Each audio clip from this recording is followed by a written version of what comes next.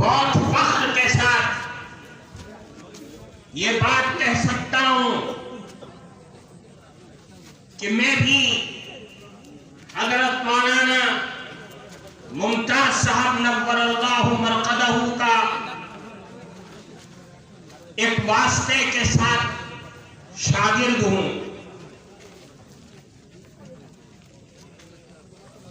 مجھے جو کچھ بھی بولنے کا، رفتار اور گفتار کا تھوڑا سا ہی سلیقہ جو کچھ ہے وہ سب میرے اوپر اس محنت کا اثر ہے جو استاد محترم حضرت مولانا مزمل علی صاحب دامت برکاتہم نے دن اور رات ایک کر کے مجھ کو بنایا اور سنوارا ہے. میں یہی سمجھ کر کے کہ جس طرح انہوں نے بچپن میں میری تربیت کی، پھر میں ان کے سامنے بول کر کے اپنی اصلاح کا خوبر اور اپنی اصلاح کو چاہوں گا. میرے عزیز دوستو، میں نے آپ کے سامنے جناب رسول اللہ صلی اللہ علیہ وسلم کی ایک حدیث پڑھی ہے. اس حدیث میں اللہ کے نبی نے ہر مسلمان مرد اور عورت کو، ہر پڑھے لکھے ان پڑھ، ہر شہری اور دیہاتی، ہر کانے اور گھوڑے کو ایک سبق دیا ہے، جو سبق ہم سب کی دنیا اور آخرت کے لیے سرمایہ اور ذخیرہ ہے،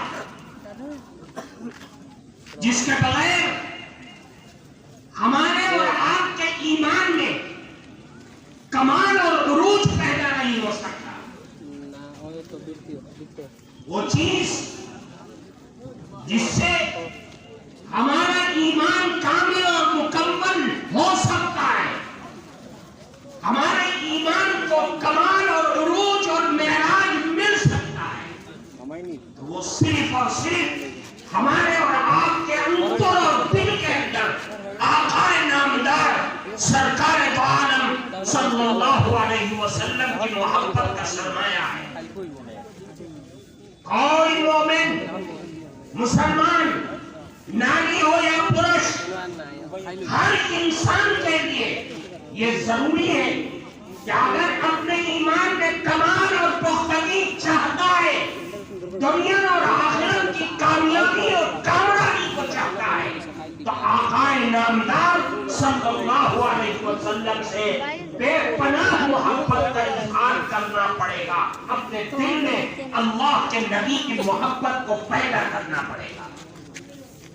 وہ محبت جو حضرات نے صحابہ کرام نے کر کے نکلا دیا، جو ثابت کر دیا کہ دنیا جب سے بنی ہے اور جب تک یہ دنیا آباد رہے گی، حضرات صحابہ کرام رضوان اللہ علیہم اجمعین جیسا عشق کرنے والا رسول اللہ صلی اللہ علیہ وسلم سے نہ کسی سورج میں دیکھا ہے، نہ قیامت تک کوئی سورج اپنی نگاہوں سے دیکھ سکتا ہے.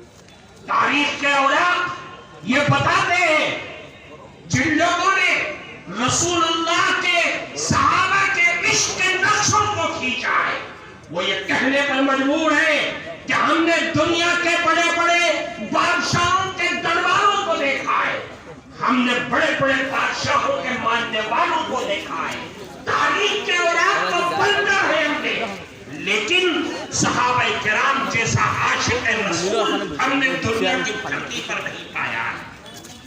میرے عزیز دوستوں، میں بہت مختصر کرتے ہوئے ایک صحابی حضرت انس رضی اللہ تعالی عنہ اس حدیث کے راوی ہے، ترمذی شریف میں موجود ہے.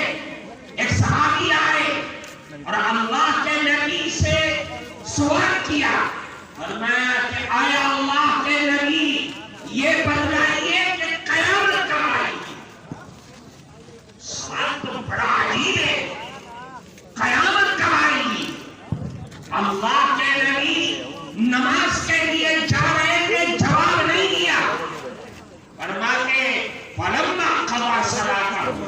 اللہ کے نبی نے جب اپنی نماز کو ختم کیا، سلام پھیرا اور پلٹ گئے، فرمایا این السائل عن قیام الساعہ، کون ہے جس نے سوال کیا تھا قیامت کے بارے میں؟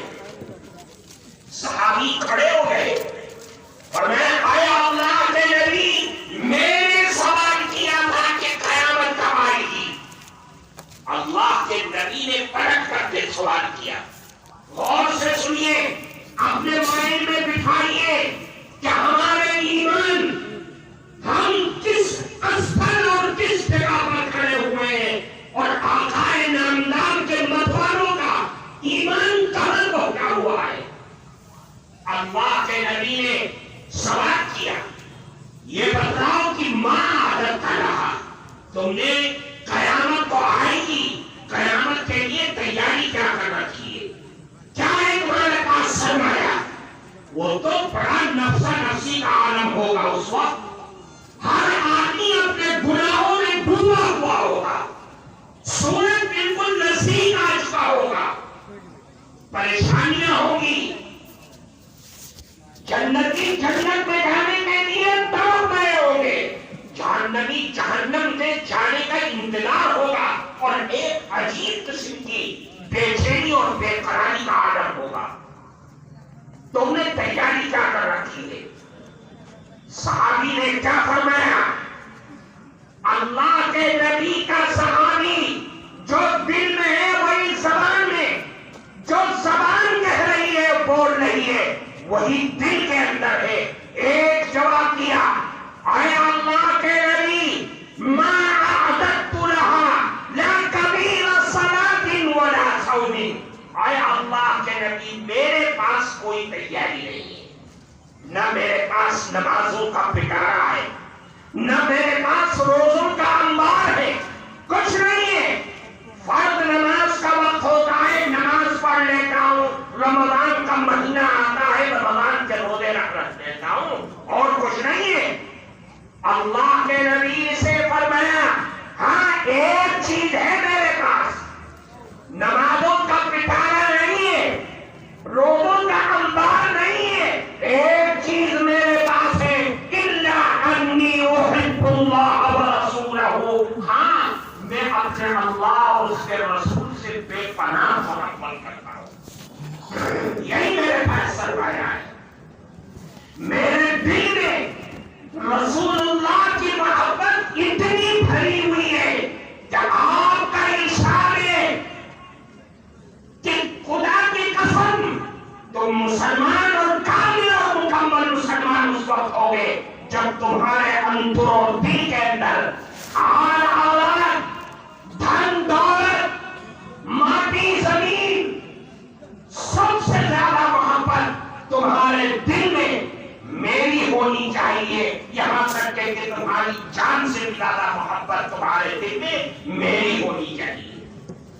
اگر محبت کامل ہوگی تو تمہارا ایمان بھی کامل اور مکمل ہوگا، اس کے بغیر ایمان مکمل نہیں ہو سکتا۔ تو اللہ کے نبی نے جب یہ جملہ سنا کہ میرے پاس اگر دنیا اور آخرت کا کوئی سرمایہ ہے تو وہ رسول اللہ کی محبت ہے، اللہ کی محبت ہے۔ تو اللہ کے نبی نے کیا فرمایا؟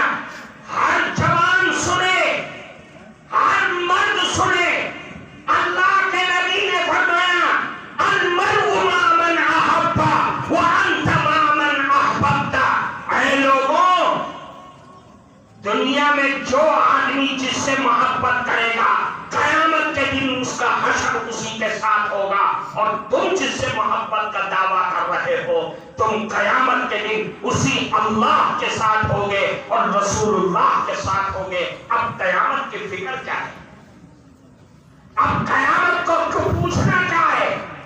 ارے تم تو اللہ اور اس کے رسول کے سائے چھتر میں ہوگے قیامت کے دن، اور جس کو اللہ کی رحمت کا سایہ مل گیا، رسول اللہ کا سائے چھتر مل گیا، اب قیامت نہیں، قیامت سے بڑی قیامت آ جائے کوئی فکر کی بات نہیں ہے۔ کیوں؟ اس لیے کہ تم تو اللہ، اس اللہ کے ساتھ ہوگے جس نے کہا لمن الملک اليوم للہ الواحد القہار۔ اس وقت بڑے سے بڑے بادشاہ گھبرائے کھڑے ہوں گے، بڑے سے بڑے لوگ گھبرا رہے ہوں گے۔ اس وقت تو بادشاہت صرف اللہ کی ہوگی۔ اس اللہ کی بادشاہت میں تم معزز، تم مشرف، تم مکرم، تم اللہ کے فضل و کرم کے سائے میں ہوگے، تمہیں گھبرانے کی ضرورت نہیں۔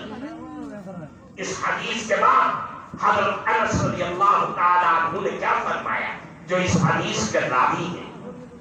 فرمایا فما رأيت المسلمین بعد اسلامهم فرحهم بهذا، میں نے مسلمانوں کو اس سے زیادہ خوش ہوتے ہوئے کبھی نہیں دیکھا جتنا آج میں نے خوش ہوتے ہوئے دیکھا کہ سرٹیفکیٹ مل گیا، ہم رسول اللہ کے دیوانے ہیں، ہم رسول اللہ کے متوانے ہیں، ہم نے سب کچھ قربان کر دیا رسول اللہ کی محبت میں۔